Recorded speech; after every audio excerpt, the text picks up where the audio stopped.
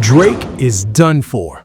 People are saying the boy has officially lost his mind, and this time there is no coming back.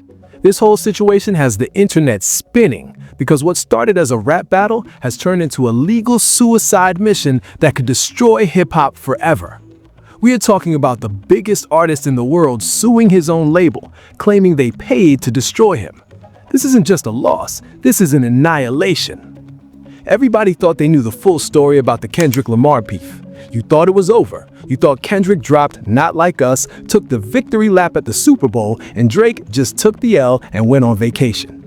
That was the version everyone repeated. That was the clean version. But now, a new legal filing has got the whole narrative twisting into something dark.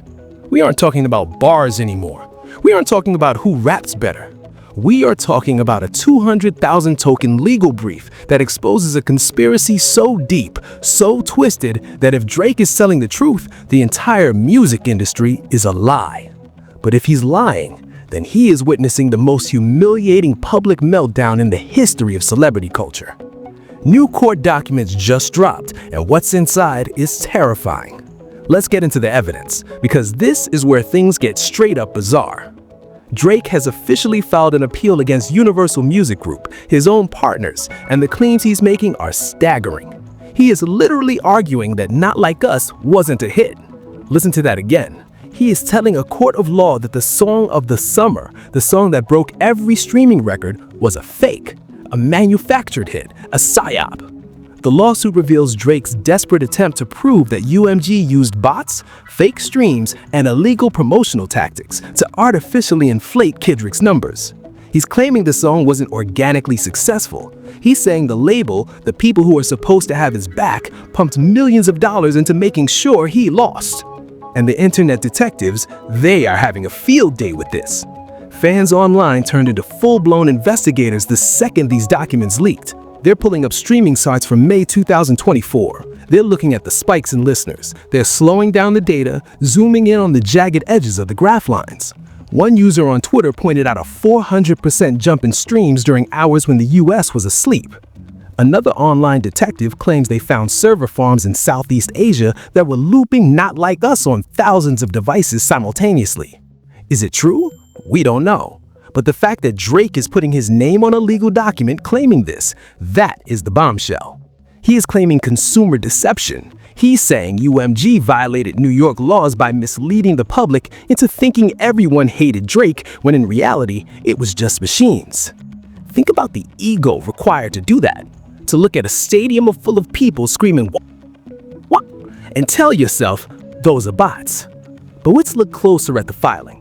Drake's lawyers are using words like racketeering and conspiracy. They are arguing that UMG didn't just promote a song, they promoted a defamation campaign. They allegedly allowed the song to spread without any disclaimer that it was part of a rap battle. Drake is arguing that millions of people worldwide were tricked into believing he's a predator because the label didn't put a warning label on a diss track. And here's where the fan investigation goes deep. People are digging up old interviews with UMG execs. They are comparing the marketing budget of Not Like Us to Drake's own album rollouts. They're running the numbers. Some folks are saying the algorithmic push for Kendrick was 78% higher than any other hip-hop track released in the last decade. 78%. That number is floating around the forums right now. It suggests that the machine wasn't just working for Kendrick, it was working against Drake. It's a frame-by-frame analysis of a career assassination. Drake is essentially saying, I didn't lose, I was sabotaged. He simply cannot accept that the world genuinely loved Kendrick's takedown. He can't process it, so he's inventing a reality where the only reason he lost is because the game was rigged. But looking at the charts, looking at the cultural impact, looking at the way every club in America played that record, it's hard to sell the bot theory to the public. Yet, Drake is doubling down. He's demanding discovery. He wants to see the emails. He wants to see the receipts. He wants to see the internal communications where alleged UMG execs discussed how to humble him. This is the scorched earth strategy. If he gets what he wants, he could expose the dark underbelly of how streaming numbers are manipulated for everyone. He might be trying to save himself, but he could end up burning down the entire streaming model. And for anyone who doesn't know, this is unprecedented. Artists sue labels for money. They sue for masters. They don't sue because a diss track hurt their feelings and charted too high. This is a man who participated in a rap battle, got absolutely demolished, and now wants the courts to save his reputation. The audacity is staggering. Now, let's get into the motive, because this is where everything starts clicking. Why would Drake do this? Why would he risk looking like the sorest loser in history? It's not just about ego, it's about the bag. According to Drake's twisted narrative, UMG allegedly orchestrated this entire battle to avoid paying him hundreds of millions of dollars. Think about it. Drake was up for a contract renegotiation, a massive one. We are talking about numbers that would make him the highest paid artist in history. But if you're the label, how do you get that price down? How do you lower the value of your biggest asset just before you buy him? You crash the stock. Drake believes the label weaponized Kendrick Lamar as a puppet to tarnish his reputation so severely that they could renegotiate terms in their favor. He believes Lucian Grange and the top brass at UMG looked at the spreadsheet and said, "Drake is too expensive. Let's break him."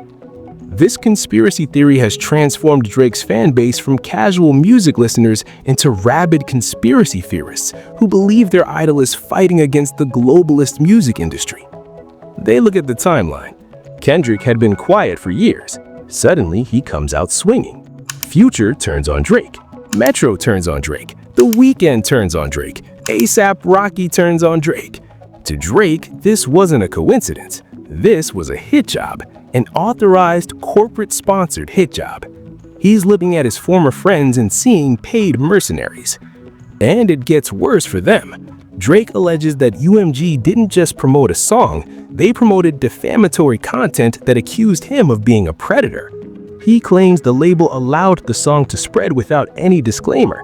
He's arguing that because UMG owns the distribution, they are liable for the facts presented in the lyrics. The irony? Drake himself invited these exact insults. Do you remember Tailor-Made Freestyle? Do you remember him using AI Tupac to taunt Kendrick? He was practically begging Kendrick to drop. He said, "Drop, drop, drop, drop." He wanted the smoke. He asked for the smoke. And now that he's choking on it, he's claiming the ventilation system was rigged. But let's look at the financial decline angle. Drake's brand has taken a massive hit. His partnerships are being questioned. The certified lover boy image is tainted. If he believes UMG cost him $100 million or $200 million in future earnings by letting Kendrick call him a pedophile, then this lawsuit is his way of getting that money back. He's trying to monetize his own defeat. But there is a dangerous pattern here. Drake has always moved like the mob boss of the industry. He was the one who could blackball people. He was the one who could stop bags. Now that the shoe is on the other foot, he's crying foul. He believes the Not Like Us video with the owl in the cage, the imagery of him as a prisoner, was signed off by the same people who sign his checks. Imagine walking into your office and your boss is wearing a t-shirt that says "You suck" and he's playing a song on the loudspeaker about how much everyone hates you. That is the environment Drake claims he is living in. And honestly, if it's true, it's terrifying. It means an artist is nothing but a product to be built up and torn down whenever the quarterly earnings report needs an adjustment. But if it's false, if this is just Drake unable to cope with the fact that Kendrick out-rapped him, then it is the saddest, most pathetic end to a legendary run we have ever seen. He is rewriting history to make himself the victim of a corporate plot rather than the loser of a lyrical fight. And the fans, they're split. Half of them are laughing, the other half are connecting red strings on a corkboard screaming about industry plants and shadow bans. Drake has successfully weaponized his fan base against the very infrastructure that made him a billionaire. That kind of fall-off hits different. You go from God's plan to the judge's plan. You go from running the game to asking the referee to check the tape 3 months after the game ended. Put all that together, it looks like the perfect recipe for total mental collapse. But here's the part that really hits different.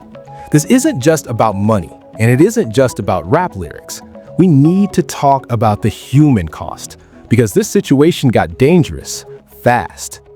The one who got caught up in the middle of all this wasn't just Drake. It was his family. It was his staff. Drake's appeal reveals truly disturbing details about the aftermath of the battle. Just 3 days after Not Like Us dropped, remember the cover art? The satellite view of Drake's home with the offender registry pins? 3 days later, armed attackers showed up at his house.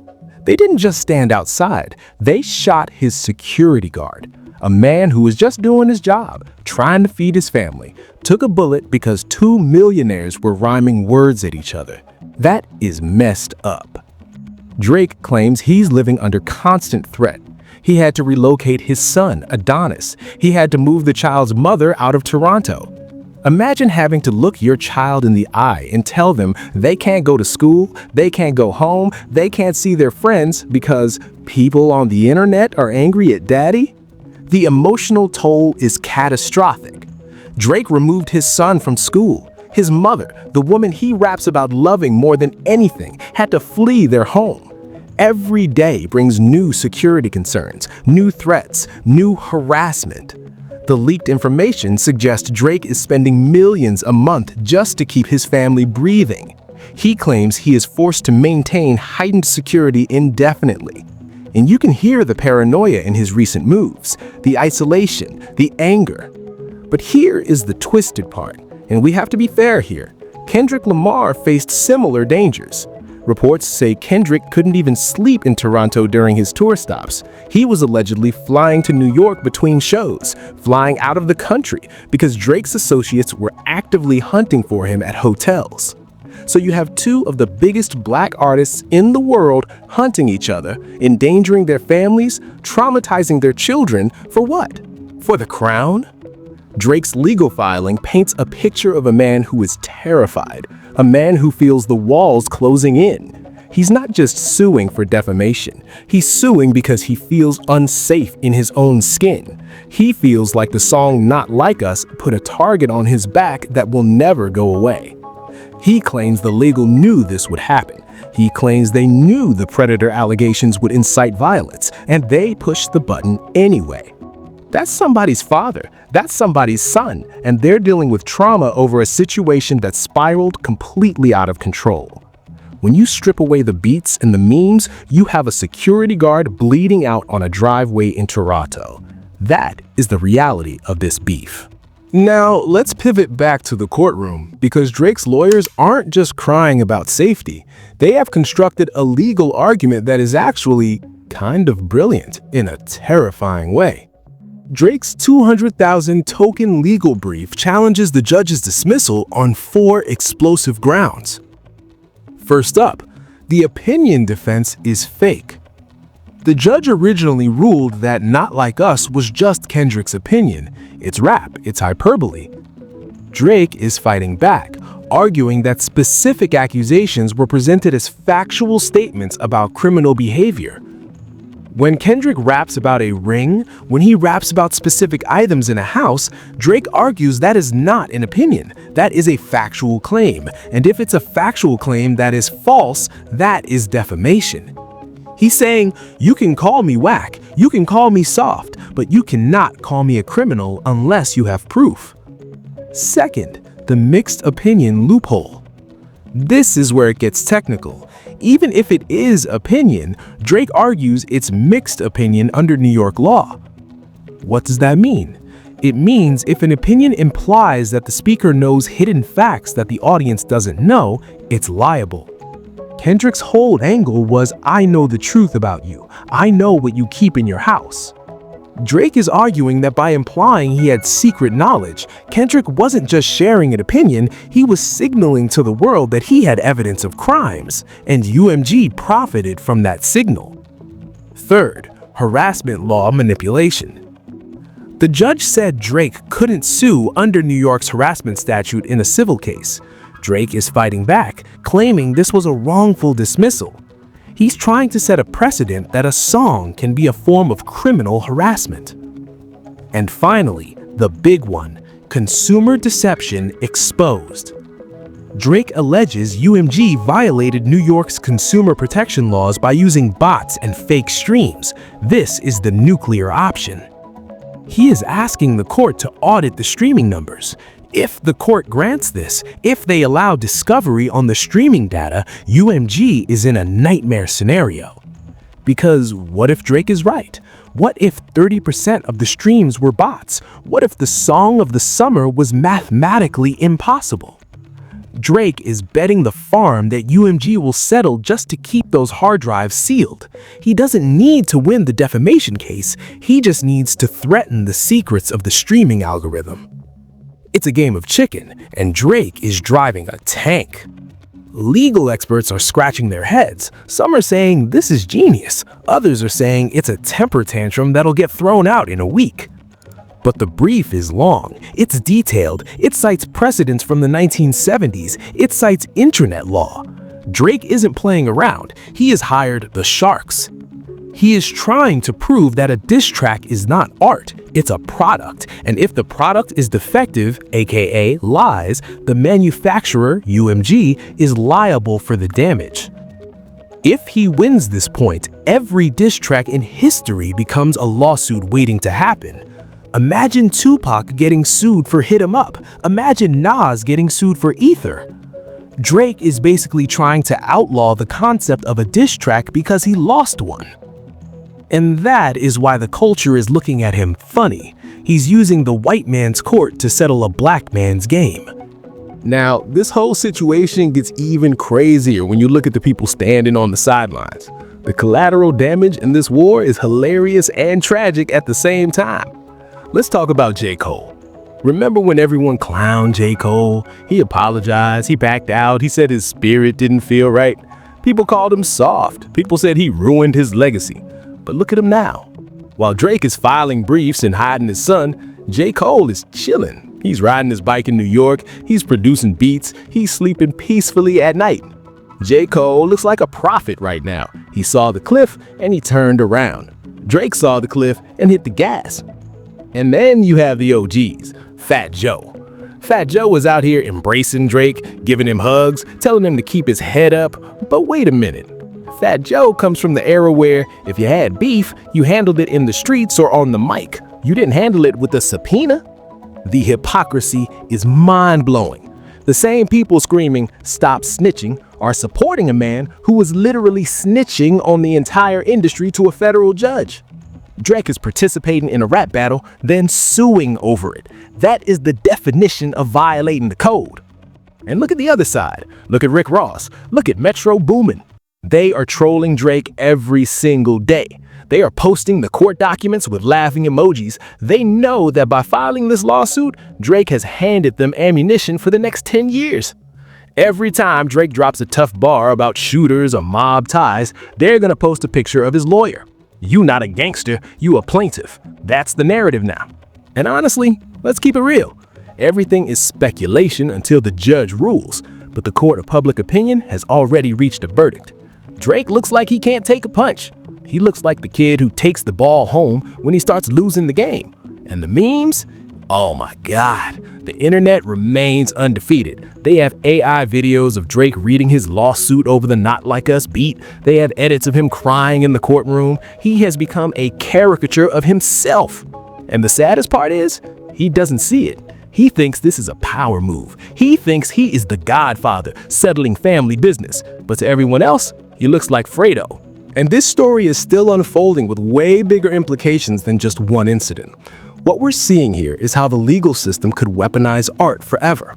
This isn't just about Drake's hurt feelings. This is about the First Amendment. If the courts start deciding that diss tracks can be defamatory, it destroys the competitive spirit of hip-hop. Think about it. Rap is built on competition. It's built on exaggeration. It's built on talking trash. If Drake wins, every artist must worry about lawsuits before expressing themselves. It means record labels will start putting disclaimer tags on songs. Warning, the following lyrics are for entertainment purposes only and do not reflect factual claims. Can you imagine listening to a diss track with a legal warning at the start? It kills the vibe instantly. It means lawyers will have to be in the studio redlining lyrics. You can't say he's a bitch, that's defamation of character. You have to say he allegedly acts like a bitch. It sounds funny, but it's a precedent nightmare. Legal experts warn this case could weaponize rap lyrics against artists forever. If Drake wins, Every diss track becomes potential evidence in court. Artists' entire catalogs could be used against them. One analyst noted that Drake has one of the most incriminating catalogs in hip-hop. His own lyrics about living his raps, about mob ties, about sending shooters could be turned against him in devastating ways. He is opening a door that he cannot close. And let's talk about the industry transformation. Drake wants UMG's internal communications. He wants the emails. It granted access to discovery. Drake could expose industry practices that have remained hidden for decades. He could expose payola. He could expose how playlists are curated. He could expose how viral moments are manufactured in boardrooms. That sounds great for transparency, but at what cost to artistic freedom? If the veil is lifted and we see that the magic is just math, does the music still hit the same? Drake is threatening to show us how the sausage is made just because he didn't like the taste of this particular batch. He is willing to burn down the mystique of stardom just to prove he was right. And that is a dangerous game, because once you break the illusion, you can't put it back together. So, what happens next? The Iceman delay. Drake has been teasing his Iceman album for months. We've seen the mysterious live streams. We've seen the Pinocchio puppets representing industry manipulation. The entire rollout depends on this lawsuit's narrative. He is building a concept album around the idea that he is the victim. He is fighting against corporate puppets who tried to destroy him. But here's the catch. If he loses the appeal, his entire artistic narrative crumbles. If the judge says, "No, Drake, you just lost a rap battle, get over it," then the album has no foundation. He looks silly. He's betting his comeback on a legal victory. And then the jury question. Drake argues that crucial questions should be decided by a jury, not a judge. He wants everyday people to determine whether "Not Like Us" was defamatory. He thinks he can charm a jury. He thinks he can get 12 people in a room and convince them that Kendrick Lamar is a bully. If an appeals court agrees and sends this to trial, we could see a years-long legal battle. Drake trapped in victim mode. Drake in a suit and tie every day. Drake answering questions under oath about his personal life. Instead of moving forward artistically, he will be stuck in 2024 forever. And the ultimate irony, the most devastating aspect of all of this, Drake's obsession with this lawsuit keeps Not Like Us in the cultural conversation. Every time he files a new motion, the song charts again. Every time his lawyer speaks, people go stream Kendrick. He's essentially promoting Kendrick's victory lap while claiming to be a victim of over-promotion. He's the battery in Kendrick's back. He can't let it go, and because he can't let it go, the world won't let him forget it. The legacy destruction is happening in real time. While Kendrick Lamar performed at the Super Bowl, won Grammys, and sold out stadium tours, Drake spent 2025 in courtrooms. While J. Cole prepares the fall off, potentially his final masterpiece, and reflects on his entire career, Drake prepares legal briefs. The man who once dominated hip-hop has become the genre's most pathetic figure to some and a tragic hero to others. He's unable to accept defeat, unwilling to move forward, and desperately clinging to a conspiracy theory that the entire music industry conspired against him. The question that haunts us is simple. If Drake wins this appeal and the case goes to trial, what happens to hip-hop? Do artists need lawyers present during rap battles? Do diss tracks require legal disclaimers? Does every bar need to be fact-checked before release? Drake might save his reputation in court, but he'll destroy the culture that made him famous. He will be the man who sued hip-hop and won. And that is a lonely victory. But I want to know what you think. Is Drake setting a dangerous precedent that will kill rap battles forever? Or is he exposing real industry corruption that needed to be brought to light? Is he a sore loser or is he a whistleblower? Drop your thoughts in the comments, because this story is far from over and the next chapter could change everything. Make sure you like the video, hit subscribe, and turn on notifications so you don't miss a single update, because we're covering every twist of this legal war. I appreciate you for rocking with me. Stay safe out there, watch your back, and remember, sometimes the silence is louder than the noise.